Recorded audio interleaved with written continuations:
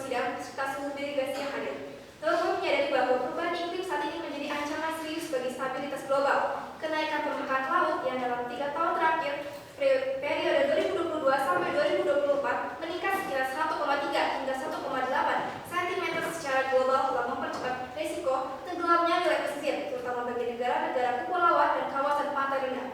Sementara peningkatan suhu global memicu cuaca ekstrim dan kerusakan keanekaragaman hayati. Dampak ini tidak hanya mengancam lingkungan tetapi juga melemahkan ketahanan pangan, pertumbuhan ekonomi, dan keamanan regional. Oleh karena itu, diperlukan respon kolektif yang terkoordinasi dan berbasis sains dari komunitas internasional. Sebagai negara maju dengan komitmen kuat terhadap pembangunan berkelanjutan, Norway meyakini bahwa kebijakan iklim global harus berlandaskan transparansi, kolaborasi, dan keberlanjutan jangka panjang. Dengan lebih dari 98% listrik nasional bersumber dari energi terbarukan, Norway menempatkan isu perubahan iklim sebagai prioritas kebijakan nasional dan internasional. Norway juga menyadari perbedaan kapasitas antar negara dalam transisi energi dan adaptasi iklim. Oleh karena itu, dukungan bagi negara berkembang melalui pendanaan iklim, transfer teknologi, dan pembangunan kapasitas menjadi hal krusial dalam mendorong aksi iklim global yang adil dan efektif. Norway mengusulkan solusi prioritas dalam komitmen ini, yaitu kerjasama energi bersih. Norway mendukung penguatan kerjasama internasional dalam pengembangan energi terbarukan, riset teknologi rendah karbon, serta kemitraan strategis untuk mempercepat transisi energi bersih, khususnya di negara berkembang. Dengan demikian, Norway siap menjadi sponsor utama resolusi komprehensif yang mendorong aksi nyata, struktur, dan kolaboratif dalam mengatasi perubahan iklim. Terima kasih. Baik, terima kasih kepada delegasi Norwegia. Selanjutnya akan disampaikan oleh delegasi United States of America. Dengan waktu 2 menit, kami persilahkan. Baik, terima kasih yang terhormat Presiden dan para jajarannya serta para delegasi yang terhormat. Amerika Serikat menegaskan bahwa perubahan iklim bukan lagi isu lingkungan semata, melainkan ancaman nyata terhadap stabilitas ekonomi, sosial, dan keamanan global. Kenaikan suhu rata-rata global yang telah melampaui ambang 1,5 derajat Celcius dibandingkan era pra-industri menunjukkan bahwa dampak perubahan iklim semakin cepat dan semakin sulit dikendalikan. Dampak tersebut terlihat melalui meningkatnya intensitas banjir, kebakaran hutan, dan juga gelombang panas ekstrim yang telah menimbulkan kerugian besar para infrastruktur, sektor pertanian, serta layanan publik. Jika tren ini terus berlanjut tanpa aksi nyata, proyek ilmiah menunjukkan bahwa perubahan iklim dapat menurunkan PDB per kapita global hingga 20-24% pada akhir abad ini, dengan dampak terbesar dirasakan oleh negara-negara berpenghasilan rentan dan rendah. Sebagai salah satu negara kapasitas ekonomi dan teknologi terbesar, Amerika Serikat menyadari bahwa respon global terhadap krisis iklim tidak dapat lagi bergantung pada pendekatan status quo. Diperlukan kerjasama internasional yang lebih konkret, berbasis sains, dan berorientasi pada hasil yang terukur. Oleh karena itu, Amerika Serikat mengusulkan 2 agenda utama. Yang pertama, percepatan inovasi dan kolaborasi teknologi iklim melalui aliansi global yang fokus pada terhadap energi terbarukan, penyimpanan energi, serta teknologi pengurangan emisi dan mekanisme monitoring dan target implementasi yang jelas. Dan yang kedua, penguatan pendanaan iklim global bagi negara berkembang disertai transfer teknologi dan bantuan teknis, serta peningkatan transparansi, pelaporan emisi, dan verifikasi data iklim secara independen. Amerika Serikat percaya bahwa melalui pendekatan yang adil, akuntabel, dan berbasis bukti ilmiah, komunitas internasional dapat bergerak dan komitmen menuju aksi nyata dalam menghadapi krisis iklim ekonomi. Terima kasih. Baik, terima kasih kepada delegasi United States of America. Selanjutnya akan disampaikan oleh delegasi India. Dengan waktu 2 menit, kami persilahkan. Baik, terima kasih atas kesempatannya. Yang terhormat Ketua Sidang dan para delegasi yang kami hormati, India memandang degradasi lingkungan dan perubahan iklim sebagai tantangan global yang semakin mendesak. Peningkatan suhu global, gelombang panas ekstrem, kekeringan berkepanjangan, serta ancaman terhadap ketahanan pangan telah memberikan dampak signifikan khususnya bagi kawasan Asia Selatan dan negara berkembang berpopulasi besar seperti India. Sebagai negara berkembang dengan populasi lebih dari 1,4 miliar jiwa, India menghadapi berbagai dampak serius akibat perubahan iklim seperti gelombang panas ekstrem, penurunan kualitas udara, dan gangguan terhadap sektor pertanian. Kondisi ini memberikan tekanan besar terhadap ketahanan sosial, ekonomi, dan juga kesehatan masyarakat. India menyadari bahwa keterbatasan pendanaan, teknologi, dan infrastruktur menjadi tantangan utama dalam penanganan ini.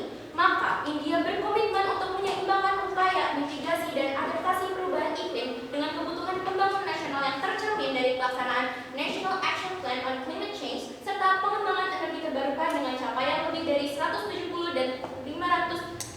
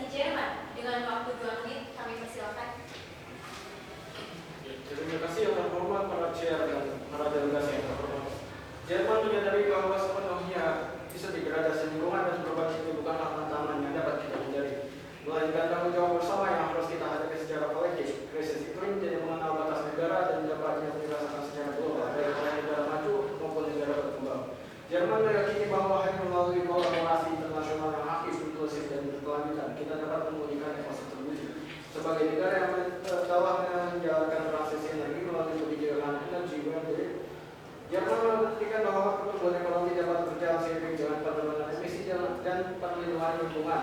Berdasarkan pengalaman tersebut, Jerman siap mendukung dan mensponsori inisiatif yang berfokus pada percepatan energi terbarukan, mobilitas terkendali emisi, serta pengurangan emisi industri secara global. Jerman menekankan pentingnya para negara maju dalam memberikan dukungan pendanaan alih teknologi dan penguatan kapasitas bagi negara-negara yang membutuhkan. Kami percaya bahwa dengan komitmen bersama dan kebijakan implementatif, perubahan nyata dapat dicapai. Dengan sikap terbuka dan optimis, Jerman mengajak seluruh delegasi untuk berkembang, konsensus, dan merumuskan definisi yang tegas, realistis, dan berdampak langsung bagi kepentingan bidang lingkungan global. Terima kasih. Terima kasih kepada delegasi Jerman. Selanjutnya akan disampaikan oleh delegasi Cina dengan waktu 2 menit. Dipersilakan. Yang terhormat, Chair dan para delegasi, Cina memandang perubahan iklim dan degradasi lingkungan sebagai tantangan global yang berdampak langsung terhadap stabilitas ekonomi, ketahanan pangan, dan pembangunan berkelanjutan. Sebagai negara dengan populasi besar dan tingkat industri yang tinggi, Cina menyadari bahwa kontribusi emisi karbon global dan perlu diimbangi dengan langkah mitigasi yang terukur dan berbasis sains. Oleh karena itu, Cina menegaskan pentingnya kerjasama internasional yang adil dan terkoordinasi untuk menghadapi perubahan iklim secara efektif. Sebagai bagian dari komitmen globalnya, Cina telah menetapkan target untuk mencapai puncak emisi sebelum tahun 2030 dan carbon neutrality pada tahun 2060. Cina juga menjadi salah satu pemimpin dunia dalam mengembangkan energi terbarukan dengan kontribusi signifikan dalam kapasitas energi angin dan surya global. Namun demikian, Cina menekankan bahwa transisi energi harus dilakukan secara bertahap dan mempertimbangkan perbedaan kapasitas antar negara. Oleh karena itu, Cina mendukung pendekatan yang menyeimbangkan antara pembangunan ekonomi, ketahanan energi, dan perlindungan lingkungan, serta memperkuat dukungan bagi negara berkembang melalui kerjasama internasional. Cina mendukung penguatan kerjasama internasional dalam pengembangan dan penerapan energi terbarukan, termasuk tenaga surya, angin, dan teknologi penyimpanan energi. Cina juga mendorong kolaborasi riset dan transfer teknologi guna membantu negara berkembang, termasuk Indonesia, dan mempercepat transisi energi yang berkelanjutan. Sejalan dengan draft resolusi, Cina mendukung inisiatif pelindungan hujan tropis, restorasi mangrove, dan pengelolaan sumber daya alam berkelanjutan. Cina mendorong keterlibatan organisasi internasional dan non-negara termasuk Greenpeace. Untuk memastikan implementasinya, program inklusif, partisipasi, dan berbasis masyarakat lokal.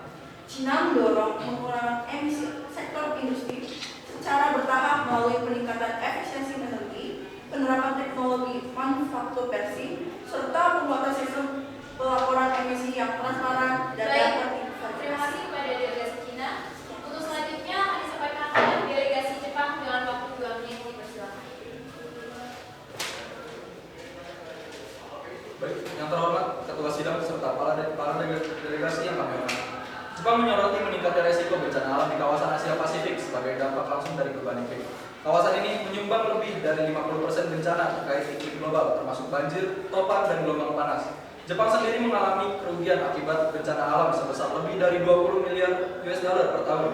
Kondisi ini menunjukkan bahwa perubahan iklim merupakan ancaman nyata bagi keselamatan manusia dan stabilitas kawasan, sehingga membutuhkan respon internasional yang segera dan terkoordinasi. Sebagai negara yang maju, Jepang berkomitmen penuh pada Paris Agreement dan menargetkan net zero emission pada tahun 2050. Melalui energi bersih dan inovasi teknologi, Jepang telah menurunkan emisi lebih dari 20% dibandingkan tahun 2013. Jepang juga menjadi kontributor utama perdamaian iklim global dengan komitmen lebih dari 70 miliar US dollar bagi negara yang berkembang.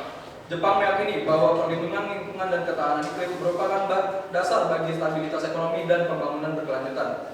Jepang memprioritaskan pengembangan teknologi adaptasi bencana dan sistem peringatan dini. Sistem yang diterapkan Jepang telah terbukti mengurangi korban jiwa hingga 30-40% dalam bencana gempa dan tsunami. Jepang siap berbagi teknologi dan keahlian ini kepada negara-negara rentan di Asia Pasifik sebagai bentuk tanggung jawab bersama dan menghadapi krisis iklim global. Terima kasih. Baik, terima kasih kepada delegasi Jepang. Selanjutnya akan disampaikan oleh delegasi Indonesia dengan waktu 2 menit. Persilakan. Baik, terima kasih atas kesempatannya. Yang terhormat Ketua Sidang serta delegasi yang kami hormati, Indonesia meyakini dengan adanya kerjasama internasional dan keterlibatan antar negara dapat mengatasi tantangan kerusakan lingkungan dan perubahan iklim. Indonesia menyadari bahwa isu ini merupakan tantangan global yang dampaknya langsung pada kehidupan masyarakat. Dan yang sedang kami rasakan sekarang yaitu bencana longsor di Provinsi Sumatera Utara yang terjadi akibat aktivitas manusia dan perubahan cuaca yang tidak menentu. Badan Nasional Penanggulangan Bencana dari hasil data riset bahwa 333 jiwa meninggal dan ribuan rumah serta fasilitas umum rusak parah. Kami menyadari bahwa persoalan ini memang bersifat lokal, tapi perubahan iklim adalah tantangan global yang efeknya saling terhubung. Sebagai negara berkembang, Indonesia paham bahwa regulasi dan kebijakan lingkungan harus diperkuat agar bisa diterapkan secara konsisten dan juga adil. Bagi kami, menjaga keseimbangan antara pelestarian lingkungan dan kemajuan ekonomi bukan hanya pilihan, tetapi sebuah keharusan. Untuk itu, kami memerlukan dukungan teknis, pendanaan, dan transfer teknologi hijau dari negara-negara maju agar bisa meningkatkan kapasitas nasional. Oleh karena itu, kami mendorong kolaborasi internasional yang tidak hanya sebatas komitmen politik, tapi benar-benar menghasilkan tindakan nyata, bukan hanya omongan belaka. Indonesia membuka pintu selebar-lebarnya untuk bekerja sama dalam bidang teknologi, pendanaan, dan program lingkungan yang dapat memperkuat ketahanan iklim kami. Sebagai bagian dari komitmen tersebut, delegasi Indonesia mengusulkan beberapa poin, yaitu mendorong upaya bersama dalam menjaga dan memulihkan lingkungan termasuk ekosistem hutan, serta memperluas kerjasama dalam pengembangan teknologi ramah lingkungan dan energi bersih. Kami menyadari bahwa Jerman dalam mengelola sampah menjadi energi listrik memiliki potensi besar jika diterapkan di Indonesia, serta teknologi hijau dari Cina juga sangat relevan jika diadaptasikan di Indonesia. Kami percaya bahwa jika kedua program ini diterapkan di Indonesia, dapat membangun... Indonesia cukup. Oke, terima kasih. Baik, terima kasih kepada delegasi Indonesia. Selanjutnya akan disampaikan oleh delegasi NGO Greenpeace yang akan disampaikan dalam waktu 2 menit. Silakan. Terima kasih yang terhormat Ketua Sidang dan seluruh delegasi yang hadir. Greenpeace menegaskan bahwa krisis iklim adalah ancaman kemanusiaan, bukan sekadar isu statistik atau wacana politik. Dampaknya sudah nyata, mulai dari meningkatnya bencana alam ekstrim, ancaman terhadap keamanan kesehatan, hingga hilangnya ruang hidup masyarakat yang bergantung pada alam. Kondisi ini menuntut perhatian dan tindakan global yang tidak bisa dipendam. Sebagai organisasi lingkungan internasional, Greenpeace memandang bahwa komitmen global yang ada masih belum sepenuhnya diwujudkan dalam aksi nyata. Eksploitasi bahan bakar fosil dan deforestasi masih terus berlangsung, sementara kelompok masyarakat terdampak belum mendapatkan perlindungan yang memadai. Selama puluhan tahun, Greenpeace berkontribusi melalui advokasi, riset, dan kampanye berbasis bukti dengan sejumlah capaian seperti penolakan PHTU batubara di Batam, perlindungan tingkat Papua, serta dorongan penghentian deforestasi oleh Asia Forest dan Mekong. Upaya serupa juga dilakukan di tingkat global, termasuk perlindungan ambang forest di Jerman dan penolakan tambang hijau di Pulau Bali. Namun, Greenpeace menyadari bahwa krisis